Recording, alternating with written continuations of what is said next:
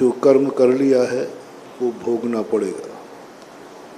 वो चाहे कितने बड़े आदमी क्यों न हो, ऋषभदेव तीर्थंकर क्यों न हो, कोटि भट्ट राजा श्रीपाल क्यों न हो, वो तो किए हुए अपराध की सजा है। और वो दुख हमें समझ में आता है क्योंकि हमने अपराध किया है तो हमें वैसी सजा मिल रही। दूसरा दुख होता है नैमित्तिक दुख। किसी निमित्त के कारण कोई निमित्त ऐसा मिल गया, कोरोना आ गया, पैर में कांटा लग गया, सिर चौखट से टकरा गए, एक्सीडेंट हो गया। ये दुख से व्यक्ति दुखी होता है, कोई बात नहीं, ये भी कोई ना कोई कर्म का योग था, नैमित्तिक। दुश्मन हमारे लिए दुख दे जाता है। तीसरा दुख होता है प्रकृति प्रदत्त। प्रकृति कई बार इतनी विद्रूप हो जाती है, अति बाढ़ आ जाती है, अति गर्मी पड़ जाती है, अति सर्दी पड़ जाती है। प्रकृति के द्वारा कई बार कितने उपसर्ग आते हैं और उस प्रकृति की प्रकोप के कारण कई बार व्यक्ति दुखी होता है। ये बात भी ठीक है, होना ही पड़ेगा, क्योंकि प्रकृति का प्रकोप भयंकर प्रकोप कहलाता है। प्रकृति जब प्रकोपित होती है तो वो किसी पर दया नहीं करती। बाढ़ आएगी तो बहा ले जाएगी, कौन बह रहा है कोई पता नहीं। गर्मी पड़ेगी तो कौन मर रहा है कोई पता नहीं। ये दुख हमारे शास्त्रों में है।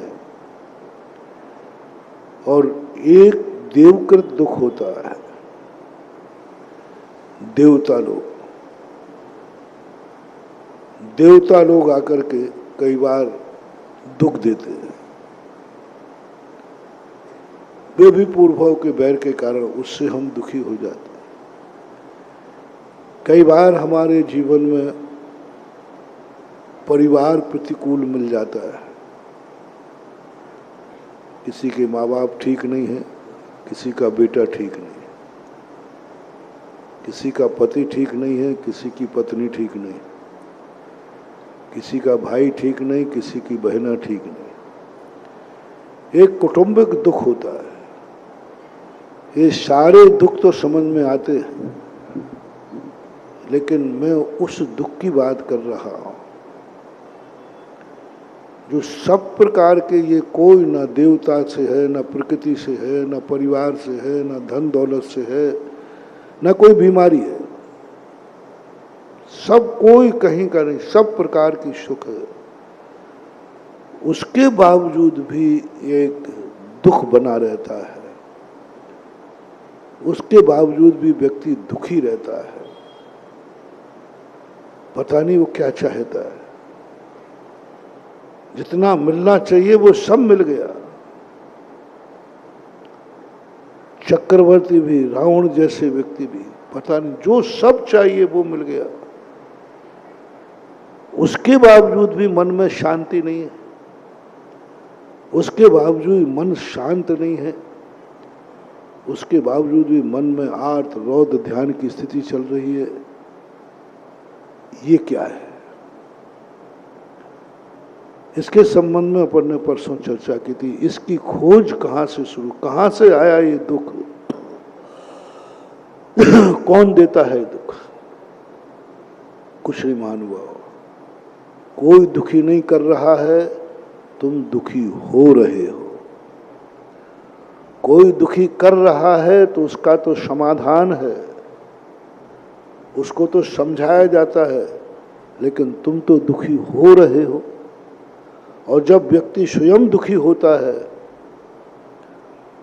उसका कोई इलाज दुनिया में नहीं, शास्त्रों में नहीं, मंत्र नहीं, पूजा नहीं, पाठ नहीं, साधना नहीं, क्योंकि ये दुखी हो रहा है।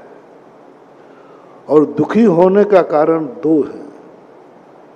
महत्वाकांक्षा, पता नहीं क्या चाहता है, पता नहीं क्या चाहता है। जितना दे सकते थे, जितना मिलना चाहिए था, मिल गया। चक्रवर्ती है, 6 खंड का अधिपति है, फिर अब क्या चाहता है।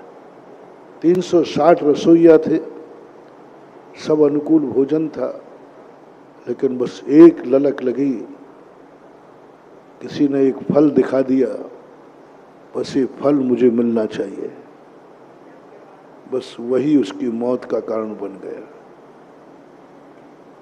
कोई दुख नहीं, कर्म दुख नहीं दे रहे थे, उसकी खुद की महत्वाकांक्षा। रावण के क्या नहीं था, बताओ, रावण को किसने दुखी किया? कर्मों ने नहीं, सोने की लंका थी।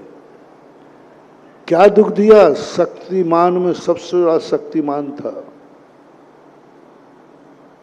रावण कभी बीमार नहीं हुआ, कभी उसके बीमारी की कोई चर्चा नहीं आई।